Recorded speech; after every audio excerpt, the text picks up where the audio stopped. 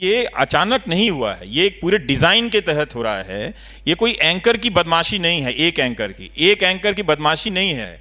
ये अचानक नहीं हो रहा है कि किसी हिंदी न्यूज चैनल का एंकर खड़ा होकर कह रहा है भारत माता की जय के नारे लगवाएं, तो लगाइए, आप रोज शुरू कीजिए। किसने कहा, किसको रोका था? लेकिन हमारा काम जो है कि हमारा काम था इंफॉर्मेशन देना, सरकार से सवाल करना, नागरिक को कबीर बनाना हमारा काम था और संत रविदास बनाना हमारा काम था। हम नागरिक को भक्त बना रहे हैं। हिंदुस्तान के नागरिक कबीर होकर ही लोकतंत्र बचा सकते हैं और रविदास होकर ही लोकतंत्र को बचा सकते हैं। मतलब यही कहने का है कि आप में वो साहस होनी चाहिए, वो हिम्मत होनी चाहिए कि आप दैनिक स्तर पर रोजाना अपने धार्मिक कर्मकांडों को क्वेश्चन कर सकें और सरकार की हरकतों पर क्वेश्चन कर सकें। लेकिन रोज हमें बताया जा रहा है कि हमें यह नहीं करना है क्योंकि देश चाहता है। भाई, तुम अपने घर में अखबार 4 नहीं ठीक से पढ़ पाते हो, तुम सारे देश के बारे में कैसे जान गए कि देश क्या चाहता है? तो ये जो एंकर है, ये एंकर अब पत्रकार नहीं है, ये पॉलिटिकल पार्टी में इसका विलय हो गया है। एक एंकर की बात होती तो हम समझते कि ठीक है, भटका हुआ है या उसका अपना कोई एक नजरिया है वो रख रहा है। 50 से लेकर 60 और कई 100 चैनल ऐसे बैठ के चल रहे हैं। ये क्या हुआ है कि मीडिया में कभी भी इस तरह से, हम सब अपने अपने मजहबों को मानने वाले लोग हैं और कोई हिंदू है, कोई मुसलमान है, कोई यहाँ सिख हैं, कोई जैन है, कोई बौद्ध है, सब अपने अपने धर्मों के मानने वाले लोग हैं। लेकिन इस मीडिया ने एक तरह से वो ऐसा कभी भी दौर नहीं आया कि हिंदुस्तान का मीडिया ऑफिशियली हिंदुत्व का मीडिया बन गया। वो हिंदू धर्म और हिंदुत्व में बड़ा फर्क है। वो उसकी राजनीतिक शाखा बनाकर हिंदू धर्म का इस्तेमाल करने वाले कुछ लोगों का समूह है जो हिंदुत्व का इस्तेमाल करते हैं। हिंदू धर्म अलग है जो हम और आप दैनिक आचार व्यवहार करते हैं। तो एक पूरा एक गिरोह बन गया और उसने लेजिटिमाइज किया है कि धमकियों को, गाली को, सवाल पूछने की परंपरा को हम खत्म करके दिखा सकते हैं। वो उसने कर दिया है। हालत यह है कि 10 लोगों से मिलता हूं तो 10 के 10 ये सवाल होते हैं कि आप बोल कैसे लेते हैं, हमें बड़ा डर लगता है। तो जो मीडिया ये संभव करके दिखा दिया कि आपको आधिकारिक रूप से आपातकाल लगाने की जरूरत नहीं है, हम ये काम कर देते हैं आपके बदले। आप रैलियां करें, 1 जनवरी से लेकर 100 तक, जो भी चुनाव आचार संहिता तक, आप 100 रैलियां कर लें। हम अलग अलग विचारधाराओं की बात करते हैं। दुनिया के सभी देशों में अलग अलग विचारधाराओं की राजनीति हो रही है। उदाहरण के तौर पर अगर हम यूएसए को लेते हैं तो वहाँ की जो मीडिया है उसमें बहुत क्लियर, ट्रांसपेरेंट मामला है। जो रिपब्लिकन्स के साथ में है उन्होंने भी अपना साफ कर रखा है जो नज़रिया है कि हम रिपब्लिकन्स को सपोर्ट करते हैं या हम इस विचारधारा से सहमत हैं। डेमोक्रेट्स अपनी विचारधारा से सहमत है और मीडिया का एक तबका है जो इस चीज़ के साथ ट्रांसपेरेंसी बरतता है। हिंदुस्तान में अलग अलग विचारधाराएँ हैं, पॉलिटिकल आइडियोलॉजीज़ हैं, पर ऐसी मैच्योरिटी भारत की मीडिया में नहीं है कि वो साफ ट्रांसपेरेंसी बरतते हुए कह दें कि वो निष्पक्ष नहीं है, वो बायस्ड हैं या वो फलानी विचारधारा को सपोर्ट करती हैं। ये मैच्योरिटी भारतीय मीडिया में नहीं दिखाई पड़ती। इसकी क्या वजह लगती है? कारण ये है कि हमारा मीडिया धीरे धीरे उदारीकरण के बाद अगर आप देखें तो अपना स्पेस वो गंवा रहा था। वो उस कमज़ोरी के ढलान पर पहले से था। जब शमशानों में रिपोर्टर पहुंच गए थे, स्वर्ग की सीढ़ी ढूंढ लाए थे।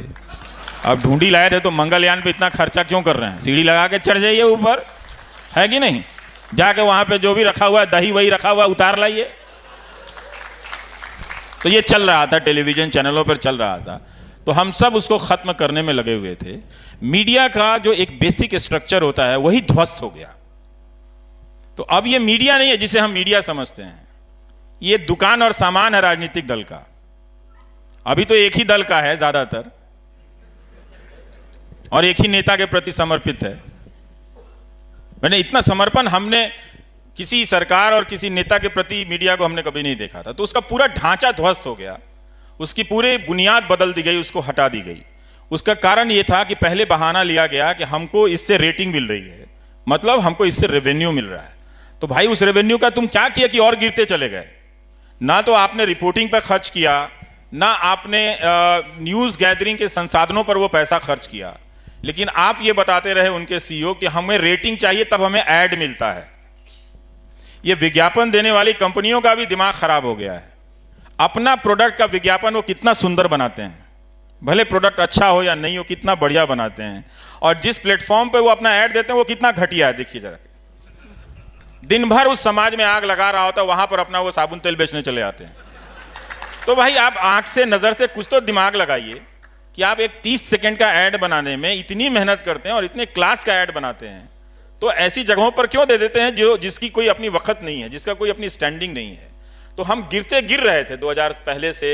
मीडिया ने अपनी तमाम नैतिकताओं को ध्वस्त कर दिया था। जो चैनलों की जो दुनिया है, अखबारों की दुनिया में भी यही प्रक्रिया चल रही थी। हाँ, उसके बाद तैयार था पूरा मीडिया कि कोई ऐसा हुकूमत आ सकता है, कोई नेता ऐसा आ जाए जो चाहे तो इसको अपने हिसाब से नचा सकता है, अपने पार्टी मुख्यालय में बुलाकर उनको पर्चा दे सकता है कि आपको यही यही करना है, वही वही होता है, और सारे जिस तरह से पीछे बढ़ते चले गए। आर्थिक ताकत मीडिया में कभी रही नहीं। मीडिया जिनके पास रहा, मालिकाना हक का सवाल आपके सवाल से जुड़ जाता है। अब तो एक ही मालिक है, वो कब कितने चैनल खरीद लेते हैं पता ही नहीं चलता है। जब सारा चैनल खरीद लेंगे तो जियो जियो होता रहेगा, तब कहां जाएंगे आप? तो वो सब खरीद रहे हैं। तो ये एक सवाल है कि देखिए, अभी तक हम डेमोक्रेसी के सवाल को बहुत ही लापरवाही से लेते आए।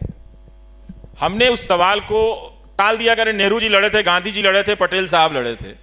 हमको उनके याद करने के नाम पर सिर्फ उनका जन्मदिन मनाना है और पुण्यतिथि मनानी है। लेकिन हमने अपनी भूमिकाएं स्थगित कर दी 90 के दशक के बाद से, जब यह उदारीकरण आया कि हाँ, हम इस डेमोक्रेसी को बनाना भी है, इसको लेके चलना है। तो इसकी सारी संस्थाएं हमारे सामने ध्वस्त होती चली गई। तो आज क्या हुआ कि अमेरिका का आप उदाहरण दे रही हैं, उसी अमेरिका में न्यूयॉर्क टाइम्स का 70% रेवेन्यू सब्सक्रिप्शन से आता है, लोग देते हैं, और वो कई $1 बिलियन का रेवेन्यू है। तो न्यूयॉर्क टाइम्स जो है उस महंगे देश में अपने राष्ट्रपति का मुकाबला कर पाता है। वॉशिंगटन पोस्ट छाप देता है कि हमारे राष्ट्रपति 700 दिनों में 7,000 से ज़्यादा झूठ बोल चुके हैं। यहाँ तो वो गिनने की मीटर नहीं है।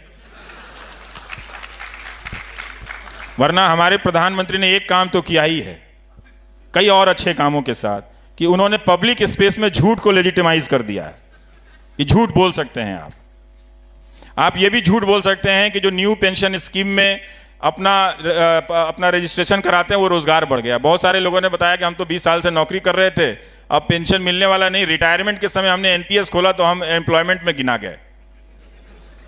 बताइए, तो रिटायरमेंट के समय के लोगों को एम्प्लॉयमेंट में गिन देने का काम लोकसभा में खड़ा होकर हमारे प्रधानमंत्री कर सकते हैं, और विपक्ष की वैसी कोई तैयारी नहीं है, होमवर्क नहीं है।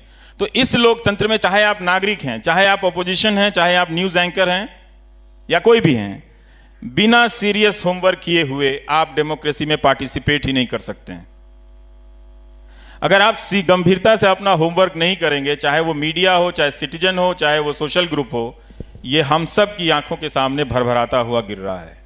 हमें नहीं मालूम कि जो दूसरी व्यवस्था आ चुकी है, जब वो आधिकारिक रूप से अपना ऐलान करेगी, तब आपकी, हमारी या उनकी, जिनको नहीं मालूम है, जो इंफॉर्मेशन लेस होकर घूम रहे हैं झंडा लेकर, हर बात में झंडा लेकर निकल गए हैं। सहारनपुर में भी लोग निकल गए बंदूक लेके कि हम सीमा पे जा रहे हैं अपनी दुनाली लेके, और वीडियो भेज दिया उन्होंने। तो हमको सब समझना चाहिए कि किसका क्या काम है। तो इसका अब कुछ भी नहीं हो सकता है। ये हिंदुस्तान के सबसे ताकतवर नेता की जूती बनकर रह गया है। आप इसे क्यों सर पे उठा रहे हैं? आप नागरिक हैं, मत उठाइए। मैं ये बात किसी अतिरेक में नहीं कह रहा आपसे। आप खुद भी चैनलों को देखिए कि कैसे वो एंकर चिल्ला रहा था कि तेंदुलकर बोल क्यों नहीं रहा है। अरे भाई, तुमसे बोला नहीं जाता, सरकार से सवाल नहीं पूछा जाता, तुम तेंदुलकर से पूछ रहे हो। तुम पूछ लो ना सरकार से कि पुलवामा पे हमला हुआ, आप रैली संबोधित कर रहे थे, अपनी सरकार की योजनाएं गिना रहे थे आप। 7 दिन बाद जब कश्मीरी लड़कों को मार दिया जाता है, पीट दिया जाता है, तब कहते हैं हमारी लड़ाई कश्मीर से है, कश्मीरियों से नहीं है। ये आप पहले दिन भी कह सकते थे जब आपका होम मिनिस्टर कह रहा था। तो पूछने की उनमें हिम्मत नहीं है। तो वो क्या करता है कि ध्यान ना जाए कि ये सरकार से पूछना हमारा काम है, तो आपके ही बीच कह रहा है कि आप इनसे क्यों नहीं पूछ रहे हैं, ये एंटी नेशनल है। अब वही 4 लोग एंटी नेशनल इनको मिले इतने बड़े देश में, 4 एंकर और एक वकील। अब उनसे बोर हो गया तो एक तेंदुलकर गावस्कर को खोज के ले आए। जिस गावस्कर और तेंदुलकर ने अपने क्रिकेट के जरिए हमको अपने इंडियननेस में, हिंदुस्तानियत पे गर्व करना सिखाया, अपने हुनर को साधना सिखाया कि हम भी जीत सकते हैं, वेस्ट इंडीज की टीम को हटा सकते हैं, उस गावस्कर से भी आप पूछ सकते हैं। यही आपके सामने हुआ यही इस मीडिया ने किया।